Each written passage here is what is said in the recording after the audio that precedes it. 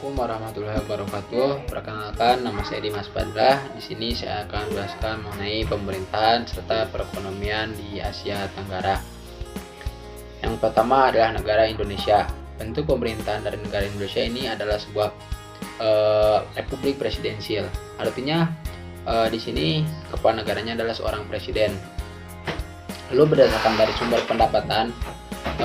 pendapatan dari negara Indonesia ini berasal dari minyak mentah, gas alam, timah, tembaga, emas, pertanian, dan juga industri. Lalu berdasarkan HDI, pendapatan nasional bruto per kapita tahun 2017 sekitar 11.459. Sedangkan indeks pendapatannya itu adalah 0,716. Lalu berdasarkan keamanan manusia. Nah, keamanan manusia ini bisa menjelaskan mengenai tingkat kriminalitas dan kesadaran hukum yang ada di negara tersebut. Tingkat pembunuhan di Indonesia per 100.000 orang adalah 0,4, sedangkan populasi penjara per 100.000 orang itu ada 96. Nah, yang kedua adalah Malaysia. Bentuk pemerintahan di Malaysia ini adalah sebuah monarki konstitusional. Artinya, kekuasaan raja itu dibatasi oleh konstitusi negara. Lalu berdasarkan sumber pendapatan, nah pada dasarnya sumber pendapatan dari Malaysia ini bergantung pada bahan elektronik seperti chip, komputer, dan lain sebagainya. Dan tidak lupa lagi dari segi pertanian, ini berasal dari pertanian karet dan minyak kelapa. Berdasarkan HDI, pendapatan nasional bruto per kapita tahun 2017 itu sekitar 27.534. Sedangkan indeks pendapatan dari negara Malaysia ini adalah 0,849. Lalu kesadaran hukum di negara Malaysia, tingkat pembunuhannya dari per 100.000 orang ada sekitar 2,1, sedangkan populasi penjara dari per 100.000 orang ada 178. Yang selanjutnya adalah negara Singapura.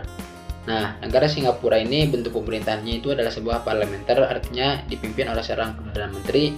Lalu sumber pendapatan dari Singapura ini berasal dari ekspor dan pengolahan barang impor, karena kita ketahui bahwa letak dari Singapura ini sangat strategis khususnya di bidang pelabuhan.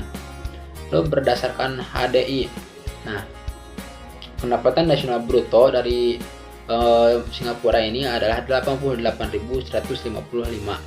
Nah, sedangkan indeks pendapatan itu adalah 1000. Kesadaran hukum, tingkat pembunuhan di Singapura adalah per 100.000 orang adalah 0,2, sedangkan populasi penjara per 100.000 orang ada 208. Selanjutnya adalah Filipina. Nah, sistem pemerintahan di Filipina ini mengikuti pemerintahan di Amerika Serikat, di mana ditata sebagai sebuah republik, di mana presidennya berfungsi sebagai kepala negara. Nah, terus sumber pendapatan di Filipina ini berasal dari pertanian seperti perikanan, kehutanan, dan peternakan. Berdasarkan HDI, pendapatan nasional bruto dari Filipina itu ada sekitar 9.778. Sedangkan indeks pendapatannya itu ada 0,692. Lalu kesadaran hukum, tingkat pembunuhan per 100.000 orang di Filipina itu ada 6,5, sedangkan populasi penjara per 100.000 orang ada 183. Yang kelima adalah negara Vietnam.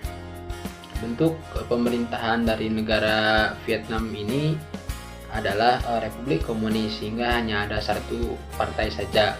Lalu berdasarkan dari sumber pendapatan, Vietnam ini merupakan negara terbesar pengekspor beras kedua terbesar di dunia setelah Thailand. Jadi negara ini masih bertumbuh pada sektor pertanian.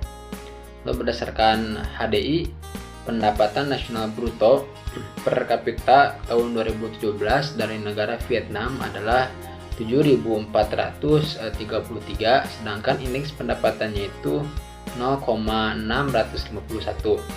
Lalu berdasarkan keamanan manusia, tingkat pembunuhan per 100.000 orang di negara Vietnam ini tidak ada. Pencatatan kelahiran di bawah usia 5 itu 56, sedangkan populasi penjara per 100.000 orang ada 137. Lalu yang selanjutnya adalah negara Brunei. Nah, bentuk pemerintahan di negara Brunei ini adalah kesultanan yang dipimpin oleh seorang sultan. Nah, dan menganut sistem monarki absolut. Sumber pendapatannya itu berasal dari minyak bumi dan gas. Nah, berdasarkan HDI, pendapatan nasional bruto dari negara Brunei ini sekitar 63.965 US dollar. Lalu indeks pendapatannya itu ada 0,976. Keamanan manusia, tingkat pembunuhan per 100.000 orang ada 0,5, sedangkan populasi penjara per 100.000 orang ada 136. Yang selanjutnya adalah negara Thailand. Nah, bentuk pemerintahan di Thailand adalah monarki konstitusional, dan kepala negara di Thailand adalah seorang raja, yaitu Raja Vajiralongkorn.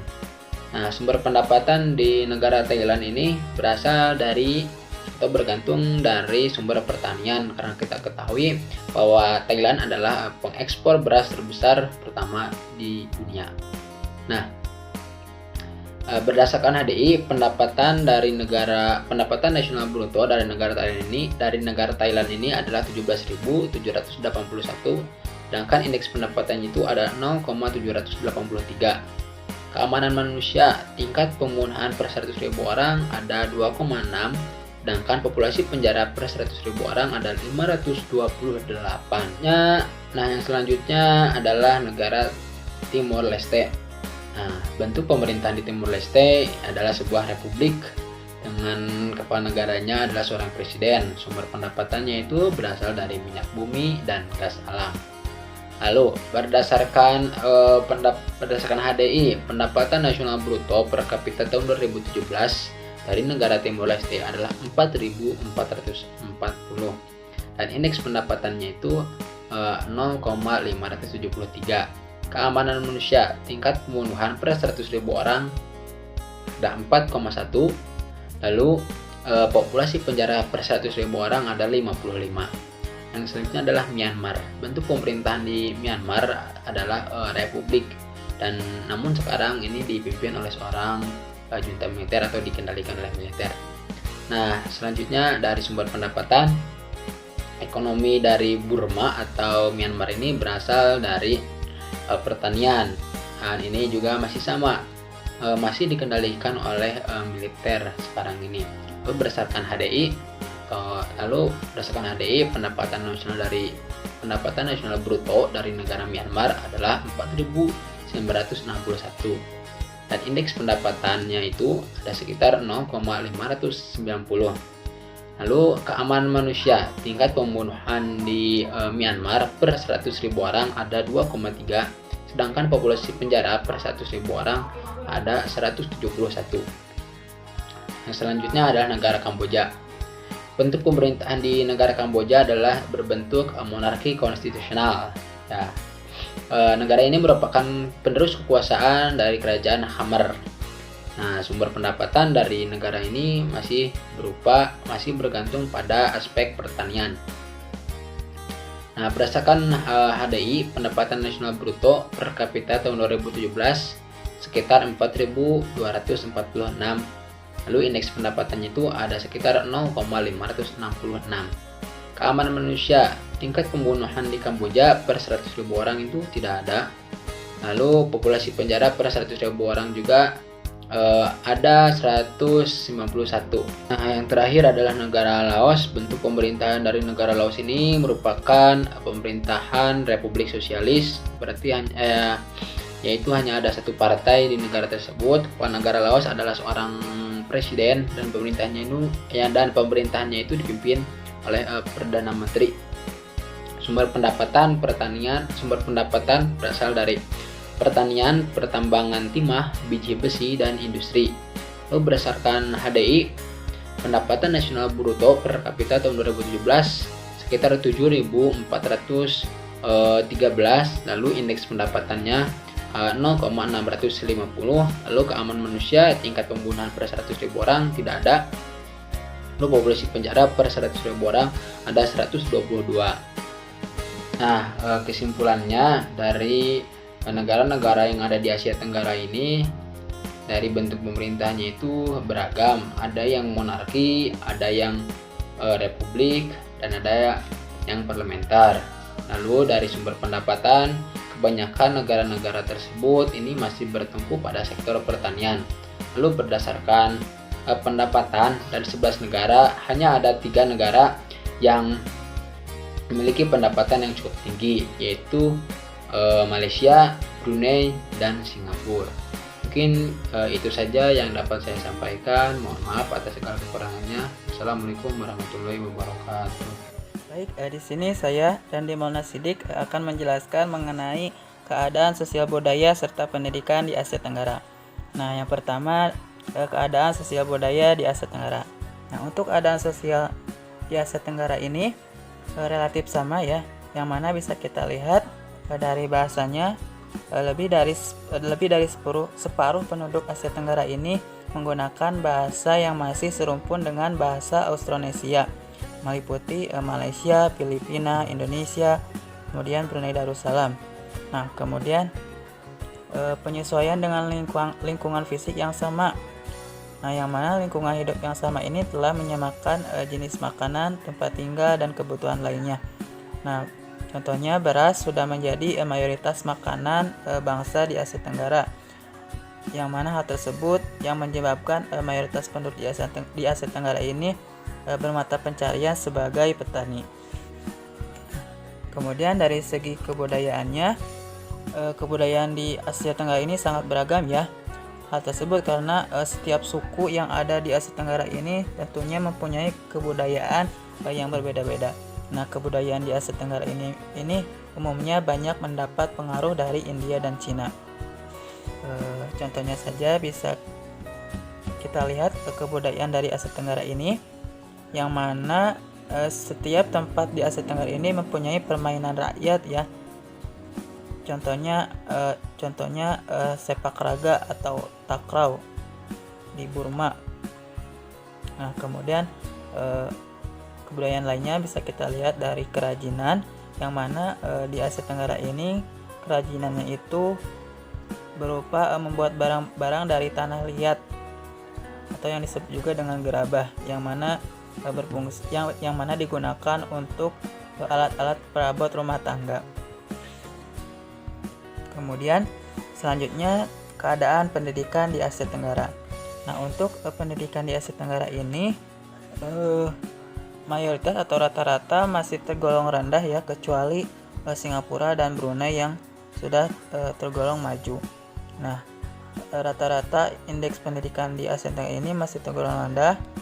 Bisa kita lihat dari segi kualitas gurunya, kemudian sarana prasarana yang masih belum merata, serta pendidikan yang belum maksimal. Nah, kita jelaskan satu persatu ya. Yang pertama negara Singapura, yang mana pendidikan di Singapura ini sudah tergolong maju ya. Bisa kita lihat dari indeks pendidikannya saja yang sudah mencapai 0,84, sehingga kualitas pendidikannya sudah tergolong maju. Yang kedua Brunei Darussalam, sama pendidikannya sudah tergolong maju, yang mana Brunei ini mengeluarkan anggaran untuk pendidikannya sangat besar, mulai dari ongkos penginapan, makanan, buku, dan transportasinya. Hal tersebut dapat mendukung pendidikan di Brunei itu sendiri. Kemudian yang ketiga Malaysia. Nah, negara Malaysia ini dari segi literasi atau tingkat literasi penduduknya ini mencapai 94%, yang mana negeri Malaysia ini menempati posisi 62 dalam daftar pendidikan terbaik di dunia dan ketiga di ASEAN. Nah, selanjutnya yaitu Thailand. Nah, negara Thailand ini menempati posisi 89 di dunia dengan skor 0,682. Nah, kemudian yang kelima Indonesia. Nah, Indonesia ini dari segi pendidikannya tergolong rendah ya, yang mana masih banyak anak-anak yang putus sekolah, kemudian dari tingkat melek hurufnya yang masih tergolong tinggi, kemudian tingkat melek hurufnya yang tergolong rendah. Kemudian yang selanjutnya Filipina. Nah, Filipina ini pendidikannya masih tergolong rendah juga karena skor indeks pendidikannya mencapai 0,678. Kemudian dari segi penduduknya yang menuntaskan pendidikan menengah setidaknya hanya 64%. Kemudian yang ketujuh Vietnam. Nah, Vietnam ini pada segi pendidikannya berada di posisi 121, yang mana pendidikan di Vietnam ini dari segi tingkat literasi penduduknya sebesar 93,5%. Kemudian Kamboja. Nah, Kamboja ini bertengger di peringkat 136 di dunia dengan skor 0,484. Nah, dari segi pendidikannya juga termasuk muram ya, karena dengan tingkat kegagalan murid sebesar 35% dan hanya 15% penduduk yang mengenyam pendidikan tingkat menengah. Kemudian Laos. Nah, negara Laos ini dari segi tingkat literasi penduduknya tergolong yang paling rendah, yakni 72,7%. Kemudian selanjutnya negara Myanmar, yang mana negara Myanmar ini dari segi pendidikannya dibilang tertinggal karena Myanmar ini berada di urutan 150 di dunia dengan skor 0,37, yang mana tercatat hanya 19% penduduk Myanmar ini yang pernah mengecap pendidikan tingkat menengah. Nah, kemudian yang terakhir itu negara Timor Leste. Nah, indeks pendidikan di Timor Leste ini sebesar 0,51, yang mana banyaknya keluarga miskin, sehingga anak-anak di Timor Leste ini putus sekolah dan lebih memilih bekerja untuk membantu keluarganya. Nah, mungkin yang dapat disimpulkan untuk keadaan pendidikan di Asia Tenggara ini masih tergolong rendah, kecuali negara Singapura dan Brunei Darussalam. Mungkin cukup sekian pembahasan dari saya. Terima kasih. Assalamualaikum warahmatullahi wabarakatuh.